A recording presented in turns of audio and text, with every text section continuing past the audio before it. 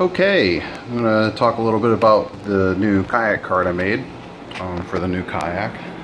This is a 12-foot Eagle Talon made by Filton Stream.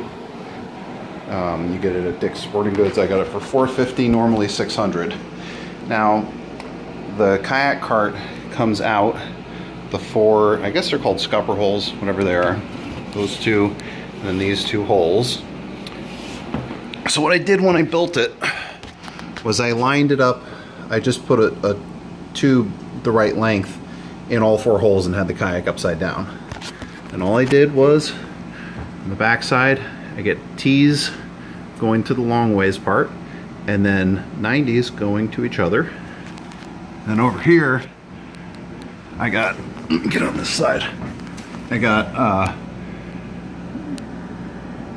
T's going to the long ways part, and then T's connecting these two, and also connecting the threaded rod. It's 5/8 threaded rod that goes through there.